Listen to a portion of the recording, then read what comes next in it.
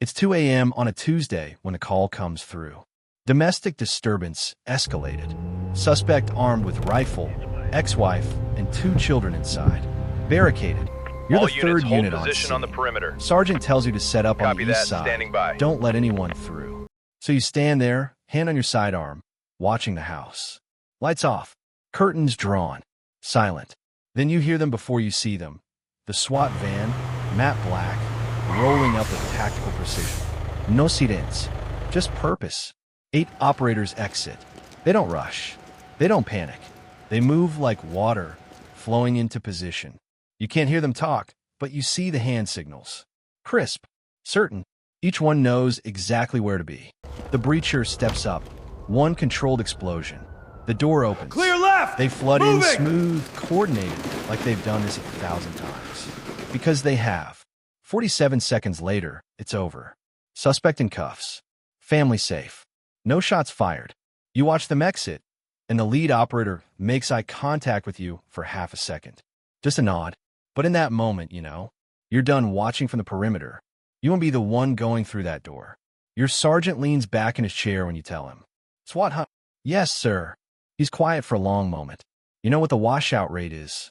I've heard. 80%. 4 out of 5 don't make it. And the ones who do, they train harder than you've ever trained in your life. Every single week. No days off. You get called at 3 a.m. on Christmas. You go. Your kid's birthday? You go. This isn't a hobby. This is who you become. I understand. He studies you. Do you? You don't. Not really. But you nod anyway. That night you start. 5 miles instead of 3. An extra hour at the range. Push-ups. Seat goops. The burn is familiar, but the max effort, no holding back, is different. Your core is shaking by the end. Then the 300-meter sprint. All out. Your legs are already dead from the run. Halfway through, you hear someone go down. A sharp cry. ACL, probably. The instructors don't even pause the clock. The loaded carry is hell. 150 pounds, a dummy in full gear, across your shoulders. 100 yards. Your legs are jelly. Your vision tunnels. Someone drops the dummy and walks off the course. Just quits. You don't. The obstacle course is last. 6-foot wall in full tactical gear. Helmet, vest, rifle. Your arms have nothing left. You jump, grab the top, and your grip almost fails. Almost. You grit your teeth, haul yourself over, and drop to the other side. You finish. Barely. But you finish. Day 2. Your body is destroyed. Every muscle aches. But today is guns. Pistol drills first. 7 yards, double tap. 15 yards, controlled pairs. 25 yards, headshots. Then rifles. 50 yards standing. 75 kneeling. 100 prone.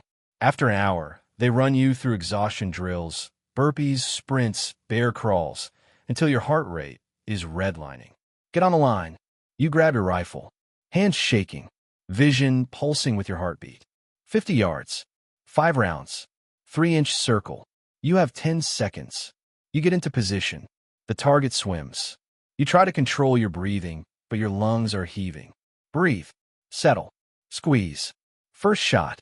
You can't tell if it's good. Again. Second shot. Your hands won't stop shaking. Trust your training. 3, 4, 5. Cease fire. Check targets. You walk down range. You're grouping. 4 rounds inside the circle. 1 just outside. The instructor marks your sheet. Passing. Barely. You exhale. Day 3. Scenario day. You're in a shoot house. A maze of rooms set up to simulate real structures. Role players act as suspects, hostages, civilians. Barricaded suspect. Unknown weapons. Possible hostage inside. Go. You stack up with 3 other candidates. Nobody's in charge. That's part of the test. Who steps up? You do. I'll take point. You're 2. 3 and 4 rear security. We clear left to right. Call your corners. Questions. Head shakes. Move. You breach the first door. Empty. Clear. Second room. Role player with a gun. You engage. Threat down. Third room. Role player with hands up. Hostage? Compliant suspect? You don't know. Hands. Don't move. Someone behind you screams. Gun. You spin. Another role player appeared from a side door you missed. You didn't clear your sectors. Fail. Reset. The instructor's voice is flat. You died. Your team died. The hostage died. Figure out why. You do it again and again. By the fifth run, your brain is fried, but you're moving smoother, thinking faster, adapting. At the end of the day, the instructor pulls you aside. You failed twice, but you learned. That's what we're looking for. You nod, too exhausted to feel relief. Day 4. The interview room is small. 4 SWAT operators sit across from you. The commander is in the center, graying hair, calm eyes, 25 years on the job. Why do you want this? You've rehearsed this.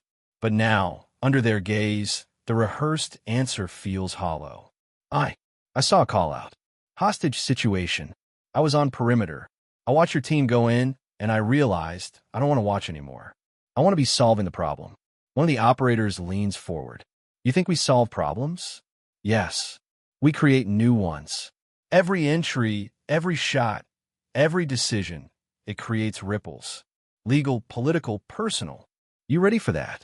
You hesitate. I don't know, but I want to find out. The commander nods slightly. Tell me about a time you failed. You talk about a domestic call you misread.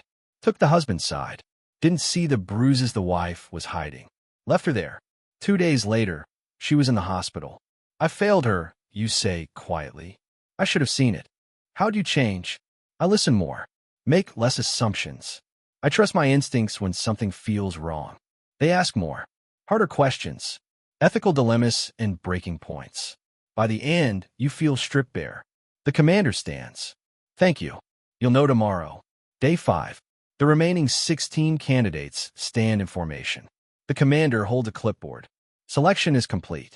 When I call your name, step forward. He reads 8 names. Yours is 5th. Relief floods through you, but you keep your face neutral.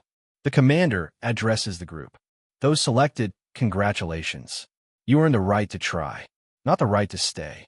You'll begin a 6-month probationary period. If you complete it, you'll be a SWAT operator. If you glance at the 8 who weren't selected, some look devastated. One is crying. You feel for them, but you also feel the hunger inside you growing. You made it. Now the real work begins. Probation is humbling. You're in every training, every call-out, but you're the mule. Pro B, grab the ram. Pro B, set up the targets. Pro B, funch dirty. You don't complain. Everyone went through this. It's the tax you pay. CQB training is repetitive. Mind-numbingly so. You clear the same room 100 times. Same stack. Same entry. Same movements. Again. Again. Too slow. Again. Your team leader, Sergeant Diaz, is relentless. The fatal funnel is where you die. The doorway. You hesitate. You're dead. You rush sloppy. Your team's dead. Smooth is fast. Fast is smooth. Again. You learn to read hand signals like a second language. Words are for debriefs. Signals are for action. You learn the weight of breaching tools, the angles of entry, the rhythm of your teammates' breathing. After 6 months, you're running a scenario. Active shooter in a school. You're 3rd in the stack. The entry is clean. Smooth. No wasted movement. Afterward, Diaz nods. Good. Coming from him, it's a standing ovation. Later, he pulls you aside. You pass probation. You're a SWAT operator now. You wait for more. He smirks. Don't get excited. You just proved you won't accidentally shoot one of us. The real learning? That takes years. Get back to work. You grin. Yes, sir. The pager changes everything. You're having dinner with Sarah when it goes off. High-risk warrant. Armed suspect. Weapons trafficking. Report immediately. I have to go. She doesn't argue anymore. Just nods and says, be safe. You kiss her and reply, always. At the briefing, the intelligence analyst lays it out. Suspect. Marcus Doc Williams. Multiple priors. Known to carry. Floor plan shows 3 bedrooms. Possible occupants including his girlfriend and her 6-year-old daughter. You study the layout. Memorize the hallways, the doors, the angles. In the parking lot, you rehearse. Tape on asphalt marks the floor plan. You run it 5 times. Stack positions. Entry points. Sectors of fire. 0400 hours. Go time. The house is dark. Silent. You're third in the stack. Breacher blows the door. You flood in. Police. Search warrant. First room, clear. Second room, male suspect reaching for something. And he freezes. Gun on the nightstand. Inches from his hand. Don't move. He's cuffed seconds later. But your heart is pounding. Another half second, and you might have fired. Third room. You open the door. A little girl, maybe 7, sitting on her bed, clutching a stuffed animal, eyes wide with terror. You lower your rifle slightly. Hey, sweetie. It's okay. We're police. You're safe. She's shaking. You want to comfort her, but you can't. You have to clear the rest of the house. Later, in the van, no one talks. The op was clean. No shots. Suspect in custody. Successful. But you keep seeing that little girl's face. At home, Sarah asks, how was it? Fine. Routine warrant. She knows you're lying. But she doesn't push. You can't tell her about the girl. About the split-second decision between a gun and a cell phone.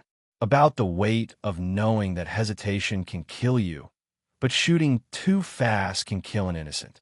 So you say nothing, and the distance between you grows a little more. You volunteer for breacher training. Diaz raises an eyebrow. You know what breachers do, right? Open doors. Stand in the fatal funnel while trying to open doors. Big difference. I know. He studies you. All right, you're on the next course. Breacher school is 2 weeks of nonstop problem solving. Every door is a puzzle. Hollow core residential, one good kick or a ram. Solid core with deadbolt. Aligombar, l'ouvrage technique. Steel reinforced commercial, hydraulic spreader or ballistics. Reinforced frame, explosives. You learn to read doors like a language. Hinges, locks, frames, weak points. Ballistic breaching is an art. Specialized shotgun. Frangible rounds that disintegrate on impact. You aim for the lock mechanism.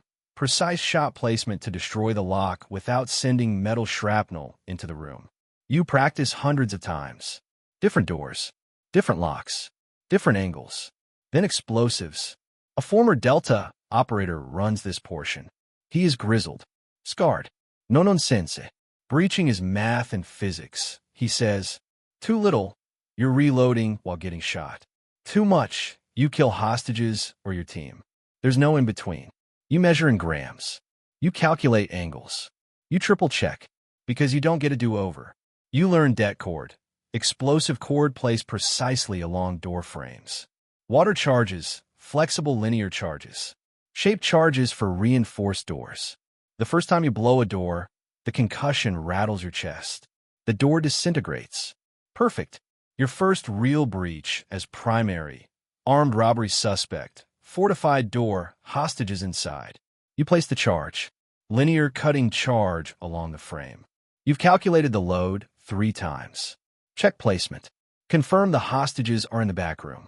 Breacher set. Stand by. You move to cover. Firing in 3, 2, 1. Boom. The door blows inward. Clean. Your team floods through. Suspect down. Hostages safe. But your hands shake afterward. Because, one miscalculation, one wrong measurement, and this goes very differently. Diaz claps your shoulder. Good work. You just nod.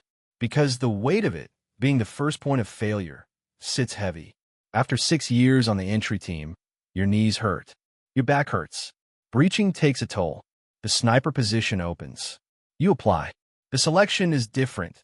Less physical, more mental. Precision. Patience. Mathematics. You qualify. Sniper training is monastic. Hours of stillness.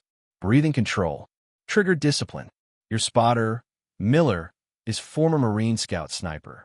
He's been in the SWAT sniper section for 8 years. Entry guys get the glory, he says. We get the guilt.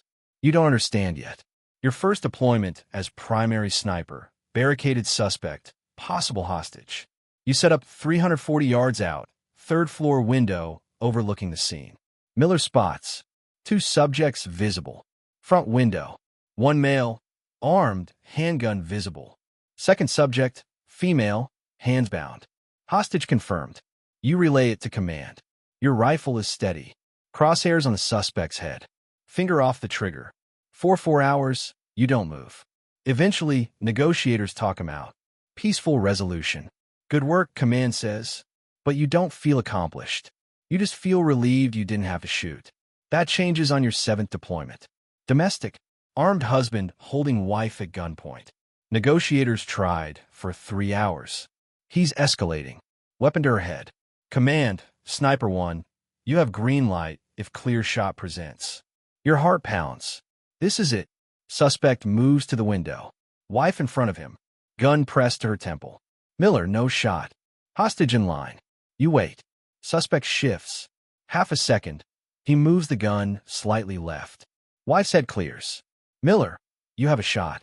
Clear. Your breathing slows. Your heartbeat steadies. Crosshairs on his head. 287 yards. Mild wind left to right. You adjust. Squeeze. Crack. Through the scope, you see the result. Suspect drops. Wife collapses, screaming. Target down, Miller says. Entry team moves. Hostage secured. She's alive. You just killed a man. That night, you sit in your car in the driveway for an hour before going inside. Sarah's asleep. You don't wake her. You took a life. It was justified. Righteous. You saved the hostage. But you still see his face. 12 years in. You're offered team leader. Diaz retired last year. Now it's your turn. Your first op as leader. High-risk warrant, armed suspect, narcotics trafficking. You build the plan. Study the intelligence. Assign roles. Breacher. Point man. Rear security. Sniper overwatch. You rehearse it. Walk through contingencies. What if there's more suspects? What if there's kids? What if the layout's wrong? You try to think of everything. But you can't. The entry is clean. Suspect in custody. No shots. Textbook. But afterward, you realize every decision was yours. If it went wrong, it's on you. That weight never leaves. Your 4th month as leader, things go sideways. Barricaded suspect. Mental health crisis. Armed with a knife. Family called for help. You set up. Negotiators try. He's not responding. He's escalating, threatening to hurt himself. You make the call. We're going in. Dynamic entry. Less lethal first. Beanbag rounds, taser. You breach. He charges your point man with a knife. Point man fires. 2 rounds. Center mass. Suspect down. He dies on scene. The shooting is ruled justified. He was armed. He charged. Your operator followed protocol. But the media doesn't care. SWAT kills man in mental health crisis. Protests outside the station. Your name in the news. Threats against your family. You did everything right. So did your team. But a man is dead, and you're the one who gave the order. Sarah finds you in the garage at 2 a.m., staring at nothing. Talk to me, she says. I can't. You have to. I gave the order. He's dead because I said go. She sits next to you. You saved your team. I know. But why does it feel wrong? She don't have an answer. As supervisor, you don't carry the RAM anymore. You carry the radio. You're in the Tactical Operations Center, coordinating 3 teams, 2 sniper positions, negotiators, patrol units, fire rescue, and command staff. It's controlled chaos. Sniper 2, update. 2 subjects visible, northeast window. Both armed. No hostages in view. Team 1, hold position. Team 1 holding. Negotiator, status. Subject refusing contact. No response to phone or PA. You're building the picture. Intel is incomplete. It always is. Command wants resolution. How long until we can make entry? Still assessing, sir. We've been here 4 hours. Yes, sir. I'm not sending my people in blind. Tension. But you hold firm. 20 minutes later, sniper reports hostage visible. Intel changes. You adjust the plan. Eventually, negotiators get him talking. 2 more hours. Peaceful surrender. No shots. No injuries. Success. But command is frustrated. Why'd it take so long? Because patience saves lives. But you don't say that. Later, you notice one of your operators, Romero, is off. Missing training. Short-tempered. Smell of alcohol. You pull him aside. What's going on? Nothing. Romero. He looks away. I'm Fine. You're not. Talk to me or talk to the counselor. Your choice. But you're not running ops until you do. He's angry. But 3 days later, he goes to counseling. A month later, he thanks you. I didn't realize how much I was carrying. You nod. Because you're carrying it too. 21 years in. You're the commander now. You don't go on call-outs anymore. You manage them from headquarters, coordinating with the chief, the mayor's office, public information. Your job is politics as much as tactics. After a high-profile shooting, justified, clean, by the book, you're in front of the city council answering questions. Why didn't you use less lethal? We did. Subject was wearing heavy clothing. Beanbag rounds were ineffective. Why didn't you wait longer? He was advancing on officers with a weapon. We had seconds. Why didn't you? You want to scream, but you stay calm. Professional. Because this is the job now. You attend Officer Ramirez's funeral. Killed in the line of duty. Not SWAT, but you knew him. Good cop. 2 kids. You stand in uniform, saluting as the casket passes. Afterward, his widow hugs you. Thank you for being here. You don't feel worthy, but you say he was a good man. You're also there for disciplinary hearings. An operator violated protocol. Endangered the team. You have to suspend him. He's angry. After everything I've done for this team, you're suspended because of everything you've done. You know better. It's the hardest part, holding your people accountable when you'd rather protect them. Your doctor tells you to retire. Your knees are shot. Your back's a mess. You've got high blood pressure and early signs of PTSD. You've given enough. You nod, but you don't retire. Not yet, because who else will do it? The retirement ceremony is nice. Chief gives a speech. Your team presents you with a shadow box, your badge, patches, commendations. Sarah's there, smiling. Proud. Relieved. You shake hands. Accept congratulations. Smile for photos. But inside, you feel empty because you've given your all. For 26 years, you were SWAT. Now you're retired. What does that even mean? The first week is strange. You wake up at 0500 out of habit. No payer. No coyotes. Nowhere to be. Sarah notices, turns to you and says, you can sleep in now. You try, but you can't. You take a consulting job. Private security firm. Threat assessments for corporate clients. It's fine. It pays well. But it's not the same. No identity. No stocks. No brotherhood. You're just a guy who used to do something important. Your knees are destroyed. 2 surgeries already. Doctor says you'll need a 3rd. Your back aches constantly. Tinnitus rings in your ears. Thousands of flashbangs and gunshots. You don't sleep well. Memories surface. The kid in the bedroom. The sniper shot. The operator you almost lost. Sarah wakes you from nightmares. You're safe. You're home. You nod. But you don't feel safe. You feel adrift. Sometimes you visit the range. Your old teammates are there. Romero, still on the team. Commander. Good to see you. Not commander anymore. Just me. You shoot a few drills. Your hands aren't as steady. Your eyes aren't as sharp. But the muscle memory is still there. Afterward, Romero asks, you miss it? You consider lying. But he'd know. Every day. He nods. We miss you too. A rookie from a new SWAT class asks your advice. Eager. Hungry. Reminds you of yourself. Any tips, sir? You look at him. Really look. Young. Idealistic. No idea what's coming. Yeah. Courage isn't not being afraid. Every entry, every call-out, I was scared. Terrified. Sometimes. But you do it anyway. That's the job. He nods, not fully understanding. You hope he never does. But you know he will. It's 2 a.m. A rookie patrol officer stands at a perimeter, watching. Inside the house, a barricaded suspect. Hostages. High stakes. The SWAT van rolls up. 8 operators exit, smooth and certain. The rookie watches them stack, breach, enter. 43 seconds later, it's over. Hostages safe. Suspect in custody. The rookie's partner notices the look on their face. You thinking about it? About what? SWAT. The rookie hesitates. Then nods. Good luck, the partner says. You're gonna need it. That night, the rookie starts running extra miles. And somewhere, you're lying in bed, staring at the ceiling, remembering the first time you felt that same hunger. You hope they make it. You hope they understand. But mostly, you hope they're ready. Because once you go through that door, you're never the same.